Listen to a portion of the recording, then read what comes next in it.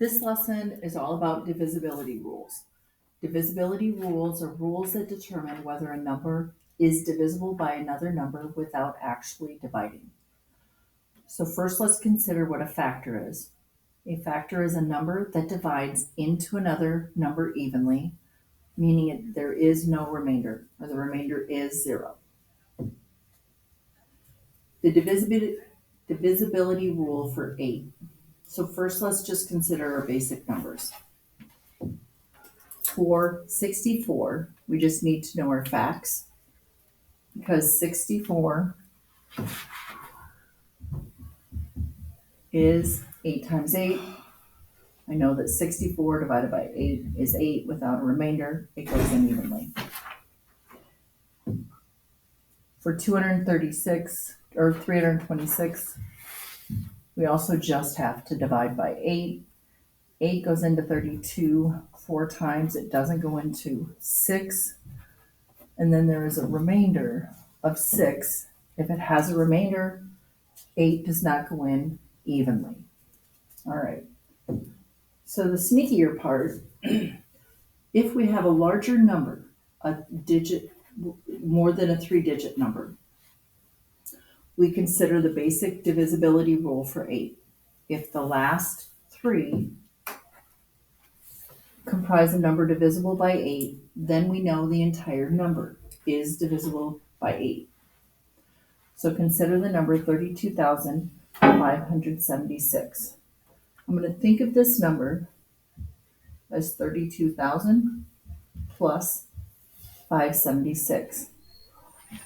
8 can go into 1,000 evenly, so all multiples of 1,000 are also divisible by 8. So the only thing we really need to consider are the last 3 digits divisible by 8. 8 can go into 57 7 times, goes into 16 twice.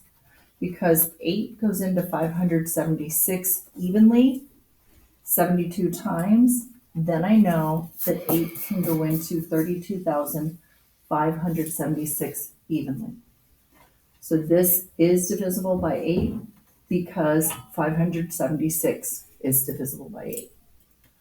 So consider example 4.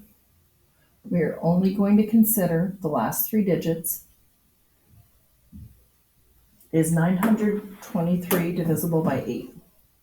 8 can go into 9 once, it goes into 12 once, goes into 43 5 times, but then it has a remainder of 3. Because this 923 is not divisible by 8 evenly, that tells me that 1,584,923 is also not divisible by 8.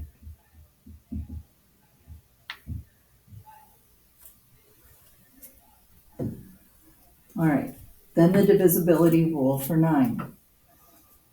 So if we have a basic number, we just need to know our facts. 81 divided by 9 is just 9. We don't worry about that. But this actually has kind of a neat little rule. 8 plus 1 is 9.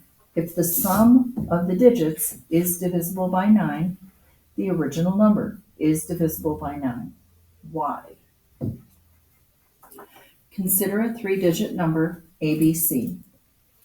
A is in the hundreds spot, so 100A plus B is in the tens spot plus C. I'm going to separate 100 out into 99 plus 1.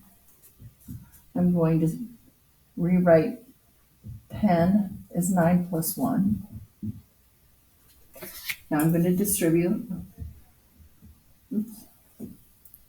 99A plus A, 9B plus B.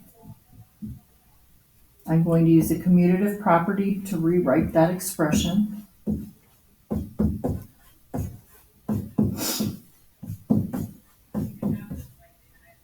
And then I notice these initial 2 values expression has a GCF of 9. So I can factor out a 9. So therefore, this quantity will always be divisible by 9 because it has a common factor of 9. So then I only need to worry about the second part.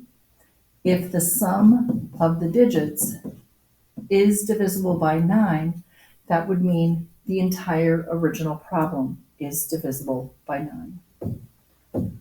Therefore, the basic divisibility rule for 9 is if the sum of the digits is divisible by 9, the entire number is divisible by 9. So let's consider this last problem for the rule of 9.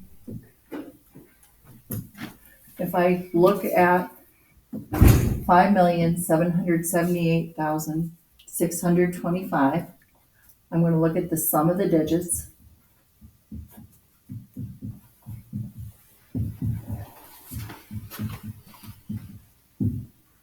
And if I add all the digits up,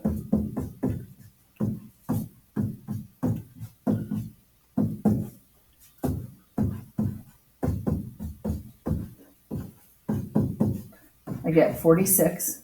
Because 46 is not divisible by 9, I know that 56,778,625 is also not divisible by 9.